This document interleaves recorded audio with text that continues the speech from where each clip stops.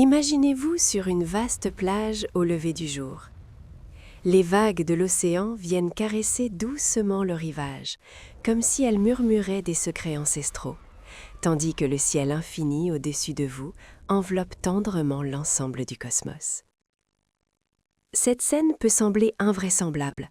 Pourtant, notre planète bleue, la Terre, n'est dans le tissu grandiose de l'univers qu'un phénomène transitoire et inhabituel, comparable à un minuscule grain de poussière. Toute l'histoire de l'humanité, avec ses joies et ses souffrances, ses découvertes et ses conflits, n'occupe sur l'axe temporel de l'univers que moins d'un 10 millième %. Si vous en doutez encore, permettez-moi de défier en 15 secondes l'histoire de 13,8 milliards d'années. Aujourd'hui, nous comprimons l'histoire de l'univers, vieille de 13,8 milliards d'années, en une année de 365 jours, pour explorer comment elle se manifesterait. Quand le Soleil et la Terre sont-ils apparus? Et ce qui pourrait vous faire frissonner, c'est le moment où l'humanité émerge, un bref éclat dans l'obscurité infinie. Sur cette échelle, une seconde correspond à 437,6 ans. Remontons à l'origine. Le 1er janvier à 0h00, l'univers commence par une explosion colossale. C'est l'énigme que des scientifiques comme Edwin Hubble et Georges Lemaître ont tenté de résoudre toute leur vie. Et elle nous ouvre les portes de la compréhension des origines de toute existence. À cet instant précis, l'univers jaillit d'un point de singularité infiniment dense et incandescent. Là, toutes les lois physiques connues s'effondrent, et l'univers s'étend à une vitesse surpassant celle de la lumière. C'est la phase de l'inflation cosmique, un concept développé par le physicien Alan Guth dans les années 80 du XXe siècle. Cette théorie explique pourquoi l'univers apparaît aujourd'hui si remarquablement homogène sur de vastes distances, comme le confirment les données du satellite Planck et les analyses continuent jusqu'en 2026. La phase d'inflation lisse les irrégularités initiales et crée la structure homogène que nous observons. Des recherches récentes de 2025 suggèrent que cette inflation s'est déroulée sous une variante chaude, un modèle fondé sur la physique des particules standards et les forces nucléaires, qui évoque des liens avec la matière noire, tout en maintenant un état de densité élevé à une température initiale contrôlée. De plus, des données observationnelles de 2026 provenant de l'Observatoire européen austral soutiennent ce modèle d'inflation chaude en réveillant de minuscules fluctuations de température dans l'univers primitif, qui se sont ensuite développées en les structures galactiques actuelles. Cela éveille en nous la question, l'univers a-t-il déjà semé les graines de son destin dans son commencement incandescent? Ces perturbations initiales pourraient-elles être le fondement de toutes les structures mystérieuses que nous connaissons aujourd'hui sous les noms d'énergie noire et de matière noire? Des études complémentaires de 2026, issues de simulations cosmologiques avancées, renforcent cette idée en montrant comment ces fluctuations quantiques primordiales pourraient avoir influencé la distribution de la matière noire, formant un réseau invisible qui guide l'évolution des galaxies et des amas stellaires, comme un squelette caché soutenant l'immensité cosmique. Dans ces premiers instants, l'univers est trop chaud pour que même les plus petites particules subatomiques puissent coaguler. Il ressemble à une soupe chaotique d'énergie pure. Les températures atteignent des billions de degrés, une atmosphère écrasante où la création elle-même semble bouillonner. Avec le temps, l'univers se refroidit, jusqu'à ce que les quarks et les électrons puissent se former. Ce sont les briques fondamentales de la matière, comme l'a expliqué Murray Gell-Mann dans les années 60 du XXe siècle à travers son modèle des quarks. Cela nous aide à comprendre comment l'univers se construit à partir de ses composants les plus simples. Des simulations quantiques de 2026 renforcent la stabilité de ces particules sous des conditions extrêmes et suggèrent des liens avec les ordinateurs quantiques, capables de simuler en temps réel la dynamique des cordes.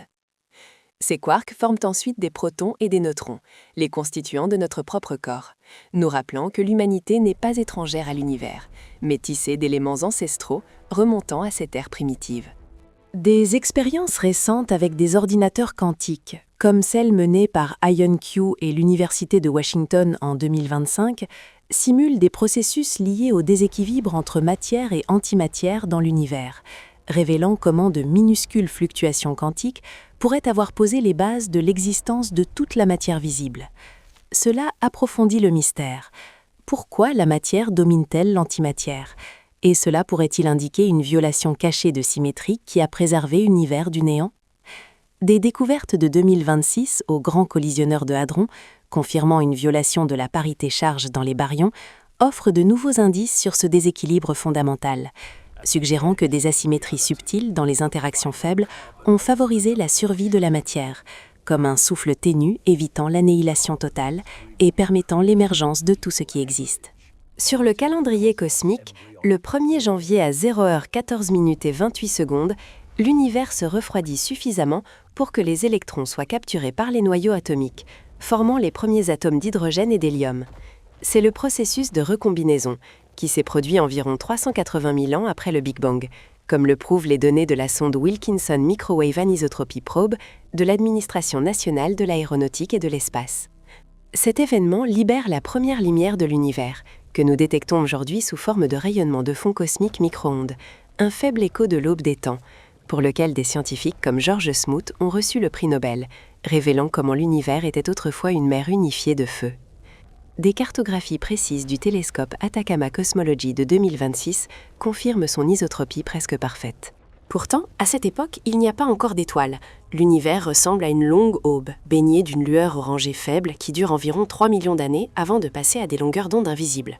Ensuite, l'univers plonge dans une longue obscurité, appelée l'ère sombre. En elle, la gravitation agit silencieusement, rassemblant les gaz en premiers amas. Selon de nouveaux modèles du Centre d'astrophysique Harvard-Smithsonian, la gravitation, expliquée par les lois du mouvement d'Isaac Newton et affinée par la théorie de la relativité générale d'Albert Einstein, déploie ses effets. Cela mène à la formation des premières étoiles environ 100 à 200 millions d'années après le Big Bang. Ces étoiles diffèrent de notre Soleil. Elles sont composées à 75% d'hydrogène et à 25% d'hélium et fusionnent des éléments légers en plus lourds, comme le carbone et l'oxygène, par des réactions nucléaires, comme l'a expliqué Hans Bethe dans les années 30 du XXe siècle. Ces premières étoiles, en raison de l'absence d'éléments lourds antérieurs, ont des masses des dizaines de fois supérieures à celles du Soleil, mais leur durée de vie est inférieure à 1 million d'années. Elles se terminent en supernova explosives, dispersant des éléments lourds dans le cosmos comme des semences pour la vie future. Puisqu'elles sont plus anciennes que les étoiles modernes, nous ne pouvons observer directement ces mystérieuses premières étoiles, mais le télescope spatial James Webb a détecté en 2025 des traces d'elles. Selon les rapports de l'Administration nationale de l'aéronautique et de l'espace, cela inclut de possibles étoiles de population 3 dans des galaxies lointaines, ainsi que des preuves d'éclats de rayons gamma provenant de supernovae initiales. Des recherches de 2026 évoquent la possibilité que ces lumières fantomatiques aient illuminé l'obscurité de l'univers et formé les semences des premiers trous noirs supermassifs. Cela se lie au rôle de la matière noire dans la formation de ces étoiles géantes dans la variante chaude de l'inflation, et pourrait jouer un rôle dans l'expansion à grande échelle de l'univers. De plus, une découverte majeure en 2025 par le télescope Webb a révélé le processus de naissance des trous noirs supermassifs, qui ont grandi rapidement peu après l'apparition des premières étoiles en dévorant la matière environnante, formant les noyaux des premières galaxies. Imaginez ces trous noirs comme des géants affamés, engloutissant la lumière initiale de l'univers. Une image qui souligne la puissance sinistre de la gravitation dans les abysses cosmiques. Des observations récentes de 2026 indiquent des interactions entre la matière noire et les neutrinos, ce qui pourrait défier le modèle standard de la cosmologie et nous faire nous demander: existe-t-il une connexion cachée entre les spectres de l'univers qui dirigent son expansion ? Le télescope Webb a également identifié en 2025 des étoiles sombres potentielles, alimentées par la matière noire, qui pourraient résoudre des énigmes sur les galaxies surmassives précoces et les trous noirs, ajoutant une couche de mystère à ces premières lumières cosmiques. Le 19 janvier, l'univers se remplit d'étoiles lumineuses, accompagnées de supernovas, et la gravitation travaille inlassablement à former les premières galaxies. Ce sont ces structures immenses que Edwin Hubble a classifiées dans les années 20 du XXe siècle, initialement petites, mais qui grandissent par fusion avec des galaxies voisines dans une danse lente d'unification. Quelques jours plus tard, notre Voie lactée émerge, la galaxie, environ 13,6 milliards d'années avant aujourd'hui. Les données de la mission Gaia de l'Agence spatiale européenne montrent qu'elle est une galaxie spirale contenant des centaines de milliards d'étoiles, où nous ne sommes qu'un point minuscule à la périphérie. À ce stade, l'âge de l'univers n'est que 6% de sa valeur actuelle, et les fines structures de l'univers, visuellement semblables aux voies neuronales du cerveau humain, commencent à se révéler. Des chercheurs de l'Université de Bologne l'ont analysé en 2020, et des études ultérieures de 2026 confirment des principes d'organisation similaires, comme des lois de puissance dans la connectivité. Cela nous incite à réfléchir. L'univers est-il lui-même un être vivant ? La gravitation groupe ces galaxies en superamas modernes, le gigantesque treillis de l'univers, récemment capturé par les télescopes Hubble et James Webb. Une découverte de 2025 rapporte la plus grande structure filamenteuse dans les nouvelles scientifiques. Cela éveille la curiosité. L'univers respire-t-il comme une créature vivante ? De plus, des observations de supernova de 2025 suggèrent un affaiblissement de l'énergie noire, signifiant que le taux d'expansion de l'univers a légèrement varié au cours des derniers milliards d'années. Cela remet en question le modèle standard de la cosmologie et indique que l'avenir de l'univers pourrait ne pas être une expansion éternelle, mais une entrée dans une nouvelle phase, nous emplissant de spéculations mystérieuses sur le destin du cosmos. Une autre découverte de 2026 est un objet inhabituel nommé Cloud 9, un corps nuageux sans étoiles, qui pourrait transformer notre compréhension de la matière noire et nous faire nous demander « Des structures se cachent-elles dans les profondeurs de l'espace qui révèlent la matière noire comme des phénomènes visibles ?» Le 11 avril, les premières étoiles similaires à notre Soleil commencent à se former. Elles contiennent des éléments lourds comme le fer et le carbone et forment des systèmes planétaires, y compris des planètes rocheuses comme la Terre. C'est un tournant décisif que des astronomes comme Sarah Seager explorent à travers des études sur les exoplanètes. Cela pourrait être le moment transformateur dans l'histoire de l'univers, où des planètes potentiellement habitables entament leur voyage, inaugurant une nouvelle ère cosmique. Là, la vie pourrait germer dans des océans primitifs, similaires à la Terre ou à d'autres mondes.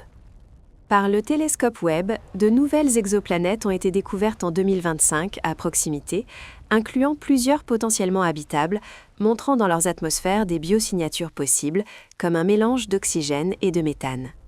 Cela nous fait rêver, les océans de mondes lointains abritent-ils des formes de vie inconnues ? Particulièrement excitants sont les indices d'une atmosphère autour de TRAPPIST-1e, une planète de taille terrestre dans la zone habitable, comme le suggèrent des observations de 2025. De telles découvertes élargissent notre compréhension de l'existence possible de la vie et soulignent les mystères des exoplanètes, y compris des mondes semblables à Tatooine avec des soleils doubles et des enquêtes sur Cadeau 18b où les espoirs de vie sont nourris par une spectroscopie détaillée. Le 1er septembre, notre Soleil et le système solaire initial se forment environ 4,6 milliards d'années avant aujourd'hui. Basé sur des échantillons de roches lunaires, il émerge d'un nuage de gaz et de poussière comme un proto-étoile, tandis que des planètes géantes comme Jupiter, Saturne, Neptune et Uranus se forment. Selon le modèle de Nice de scientifiques français, Neptune et Uranus étaient alors plus proches du système solaire interne qu'aujourd'hui. Certains astronomes proposent que dans cette phase, un ou plusieurs planètes géantes de glace aient émergé et été éjectées du système solaire, similaire aux légendaires 9e planète que Mike Brown poursuit toujours. Des études de simulation de 2026 soutiennent l'existence d'une 9e planète par des analyses d'orbite anormale d'objets petits dans le système solaire extérieur, indiquant une planète d'une masse de 5 à 10 fois celle de la Terre, tapie dans l'obscurité lointaine. Cela éveille une curiosité infinie sur les secrets cachés de notre système solaire. Des comparaisons d'enquêtes infrarouges profondes prises à 23 ans d'intervalle en 2025 ont révélé un candidat potentiel pour cette planète 9, un objet étrange à 65 milliards de milles du Soleil, ajoutant une pièce intrigante au puzzle sans preuve définitive, mais renforçant l'hypothèse d'une présence invisible influençant les orbites distantes. Le Soleil s'allume pour la première fois et commence à fusionner l'hydrogène en hélium, lui conférant une durée de vie stable d'environ 10 milliards d'années, comme un four nucléaire dispensant lumière et chaleur pour la vie. Seulement 2 jours plus tard, les planètes rocheuses commencent à se condenser. La Terre, Mars, Mercure et Vénus sont des noms familiers. Mais qu'en est-il de Theia ? Theia était une planète dans le système solaire, à peu près de la taille de Mars, avec le potentiel de devenir une seconde Terre. Mais environ 4,5 milliards d'années avant aujourd'hui, une collision destructrice s'est produite.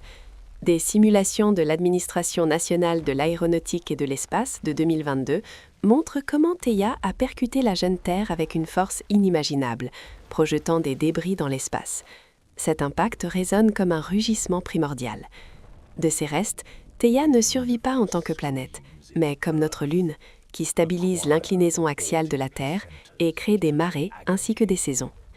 Sur le calendrier cosmique, environ 22 jours plus tard, par des éruptions volcaniques cycliques, des coulées de lave lumineuses comme le sang de la planète, des aires glaciaires couvrant d'épaisses couches de glace, des secousses sismiques ébranlant la Terre, un miracle se produit. Autant que nous sachions, la vie apparaît pour la première fois dans l'univers. Dans les profondeurs des océans jeunes de la planète, environ 3,7 milliards d'années avant aujourd'hui, basés sur des fossiles de stromatolites d'Australie et du Groenland. L'hypothèse dominante affirme que la vie a commencé près des cheminées hydrothermales au fond des mers. Là, des pressions immenses et des fluides jaillissants interagissent avec l'eau de mer et les minéraux pour générer des molécules organiques initiales, les blocs de construction de toute vie, comme l'a exploré Nick Lane dans ses travaux sur les origines. Des études sur des virus géants, comme le virus USIC de 2026, fournissent des indices sur l'évolution de précurseurs simples vers des cellules complexes et vérifient des séquences de formation d'acides aminés compatibles avec la chimie prébiotique. De plus, des recherches de 2026 mettent l'accent sur les coûts métaboliques et les besoins énergétiques de la vie initiale, renforçant la possibilité que les cheminées hydrothermales aient fourni ces conditions. Des expériences récentes de 2025 montrent que des cheminées thermales sous-marines pourraient générer les premiers précurseurs moléculaires de la vie, soulignant le rôle des cheminées hydrothermales alcalines sur la Terre primitive. Ces formes de vie initiales sont des prokaryotes unicellulaires et des conditions similaires existent ailleurs dans l'univers. Dans notre système solaire, elles persistent aujourd'hui. Les satellites Encelade de Saturne et Europe de Jupiter abritent sous d'épaisses couches de glace de vastes océans liquides et éjectent des panaches contenant des substances organiques, comme le prouvent les données des missions Cassini et Europa Clipper de l'Administration nationale de l'aéronautique et de l'espace de 2025. Des théories de scientifiques comme Sarah Imari Walker sur l'autarcie chimique d'Europe suggèrent qu'Europe pourrait ne pas avoir suffisamment d'activité géologique sous-marine pour des systèmes hydrothermophores. En revanche, Encelade montre des flux thermiques stables et de nouveaux composés organiques détectés en 2026, augmentant sa habitabilité. Des études de 2025 ont identifié de riches composés organiques dans les panaches d'Encelade, probablement originaires de son océan, ajoutant à l'évidence croissante que cette lune pourrait être habitable et renforçant l'idée que des environnements similaires pourraient abriter la vie. Cela éveille la curiosité. Les océans de l'univers sont-ils des berceaux de vie ? La vie murmure-t-elle dans les ténèbres profondes ? Une analyse récente de 2026 suggère que l'océan d'Encelade est stable et pourrait soutenir des conditions favorables à la vie, tandis que des modèles pour Europe indiquent un manque d'activité tectonique au fond océanique, réduisant potentiellement ses chances d'habitabilité, mais laissant ouverte la possibilité de niches cachées où la vie pourrait persister. Tandis que nous approchons de la fin de l'année, de nombreux jalons importants s'enchaînent, comme un orchestre symphonique accélérant. Le 3 octobre, les premières bactéries photosynthétiques apparaissent, absorbant initialement la lumière infrarouge plutôt que visible et produisant du soufre au lieu d'oxygène, dans une évolution progressive dans des eaux chaudes. Plus tard dans le mois, le 21 octobre, de nouveaux micro-organismes, les cyanobactéries, déploient leur miracle. Par la photosynthèse, elles utilisent la lumière solaire, le dioxyde de carbone et l'eau pour produire de la nourriture, libérant de l'oxygène comme sous-produit, un processus découvert par Jan Ingenhousz au XVIIIe siècle. C'est un moment décisif.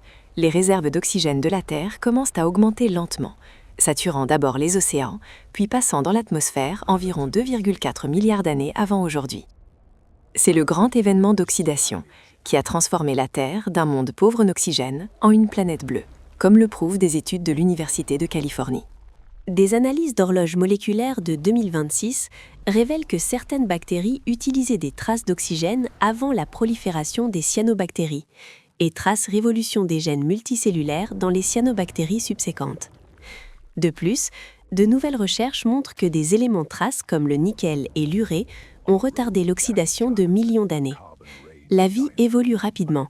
Les micro-organismes symbiotisent en nouvelles formes complexes, comme l'événement endosymbiotique de Lynn Margulis, où les mitochondries et les chloroplastes deviennent des parties intégrales des cellules. Des études de 2026 considèrent l'origine des eucaryotes par des algorithmes structurels génétiques comme une transition de phase et expliquent quantitativement le saut vers la complexité. Enfin, le 17 décembre, les poissons évoluent dans les océans environ 500 millions d'années avant aujourd'hui, avec des crânes et des colonnes vertébrales glissant à travers les abysses bleus.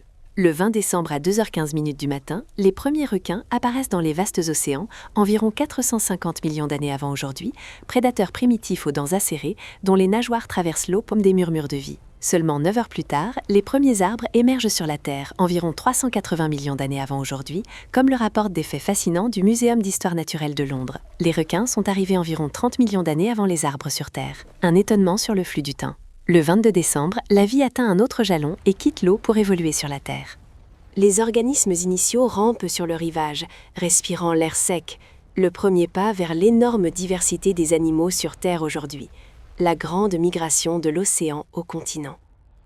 4 jours plus tard, les dinosaures et les premiers mammifères apparaissent, dominant la Terre, les dinosaures rugissant dans des forêts primordiales, les petits mammifères se tapissant dans les ombres.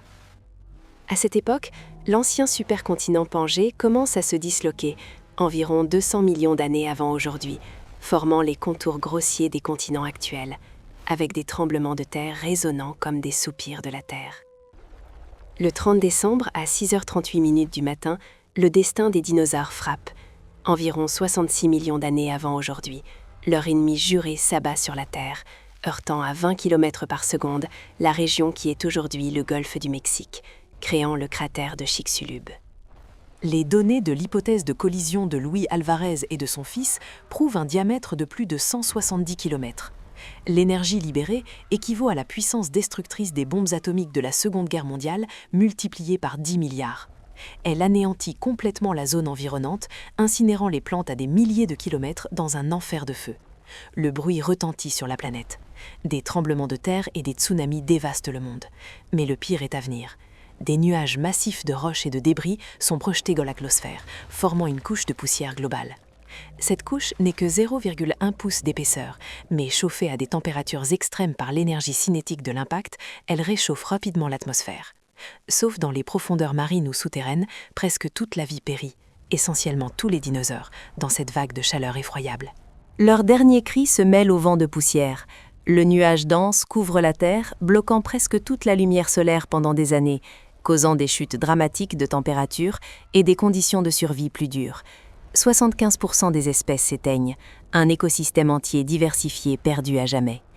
Pourtant, des découvertes de 2026 montrent que certains organismes marins comme les ammonites ont brièvement survécu après l'impact avant de s'éteindre. Heureusement pour nous, nos lointains ancêtres mammifères survivent dans des nids obscurs, comme l'un des rares à attendre un nouveau matin. Dans le contexte de notre calendrier cosmique, tout l'événement se produit alors qu'il ne reste que 42 heures à l'année. De ce scénario terrible, jusqu'au moment où vous lisez ceci, il ne reste que 42 heures, un rappel de la fragilité de la vie. Le contenu suivant transformera à jamais votre compréhension de l'existence. 6 heures plus tard, le même jour à 12h59 midi, nos ancêtres primates initiaux apparaissent environ 65 millions d'années avant aujourd'hui. Ils posent les bases de l'évolution humaine, grimpant dans les arbres, scrutant le ciel avec des yeux curieux. Le 31 décembre, le dernier jour de l'année, les événements s'accélèrent comme un fleuve se précipitant vers une cascade. À 22h15 du soir, les premières espèces Homo émergent en Afrique, environ 2 millions d'années avant aujourd'hui, basées sur des fossiles de Mary Leakey et de sa famille. 1 heure plus tard, à 23h37, les premiers Homo sapiens apparaissent, environ 300 000 ans avant aujourd'hui, migrant sur la Terre, sentant les premiers pas sur les savanes africaines, le vent sur la peau. Seulement 23 minutes avant minuit, à 23h59, les humains inventent l'agriculture, environ 12 000 ans avant aujourd'hui, du chasseur-cueilleur à la culture et à la sédentarisation, construisant les premiers villages le long des fleuves. 14 secondes avant minuit, les Mésopotamiens inventent la roue et l'écriture, environ 5 000 ans avant aujourd'hui, ouvrant des ères d'enregistrement et de mobilité. 12 secondes avant minuit, les pyramides d'Égypte sont achevées, environ 4 500 ans avant aujourd'hui, des constructions monumentales défiant le temps. Dans les 7 secondes restantes, vivent les philosophes grecs antiques comme Archimède et Platon, environ 2500 ans avant aujourd'hui, méditant sur l'univers. 3 secondes avant minuit, Nicolas Copernic réalise environ 500 ans avant aujourd'hui que la Terre n'est pas le centre de l'univers, brisant les convictions classiques. Dans la dernière seconde avant minuit, les 4 derniers siècles de l'humanité se compriment en cet unique instant. Cela signifie que sur notre calendrier cosmique, la dernière seconde de l'année englobe l'invention du télescope par Galilée et les premières observations du ciel. Les lois du mouvement de Newton et la formulation de la gravitation, la découverte de l'électricité par Benjamin Franklin, la théorie de l'évolution de Darwin, la théorie de la relativité d'Einstein, le décryptage de la structure de l'acide désoxyribonucléique par Watson et Crick, l'éclatement de la Première Guerre mondiale, la création et le largage des bombes atomiques pendant la Seconde Guerre mondiale, la rencontre de vos parents, l'invention du téléphone par Alexander Graham Bell, la naissance de l'Internet par Tim Berners-Lee, la découverte de Pluton par Clyde Tombaugh, la première transplantation cardiaque par Christian Bernard, l'intelligence artificielle basée sur Alan Turing, votre naissance. La guerre froide, la Renaissance avec Léonard de Vinci, toutes les œuvres de Mozart et Beethoven, votre première déclaration d'amour, les premières photographies de Joseph Nicéphore Niepce, les premiers films des Frères Lumière, le moment où vous avez cherché pour la première fois de telles histoires, et le début d'un certain voyage. Tous ces événements se produisent en une seule seconde. Cela nous fait réaliser que l'humanité, sur l'échelle de l'univers, n'est qu'un éclair fugace, un bref éclat dans l'infini, pourtant doté d'une signification profonde par notre curiosité et notre capacité de changement. Dans un contexte plus large, des théories comme l'interprétation des mondes multiples de Hugh Everett et les anomalies dans le rayonnement de fond de Roger Penrose suggèrent que notre univers pourrait être l'un d'innombrables autres, tous des réalités parallèles de possibilités différentes dans un treillis plus grand fondé sur la conscience. Des avancées de la Société américaine de physique de 2025 indiquent la conscience comme base de la réalité et explorent les implications pour la mécanique quantique et l'évolution cosmique. Des théories récentes de 2026 proposent que des fragments d'énergie pourraient être les briques fondamentales de l'univers, redéfinissant l'espace et le temps et suggérant que l'univers, comme dans le modèle cyclique de Penrose, n'a pas de vrai début, mais se répète en cycles infinis. Cela évoque un monde miroir de la matière noire et des origines naturelles aux confins de l'univers, comme dans de nouvelles applications de la théorie des cordes, qui décryptent les réseaux de la nature et résolvent les énigmes de la structure cérébrale.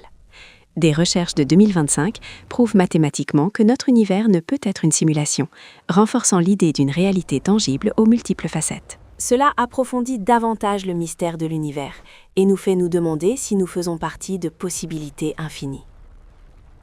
Enfin, je tiens à exprimer ma gratitude sincère à tous les scientifiques, chercheurs et aux collectifs qui travaillent silencieusement à cette exploration de l'univers.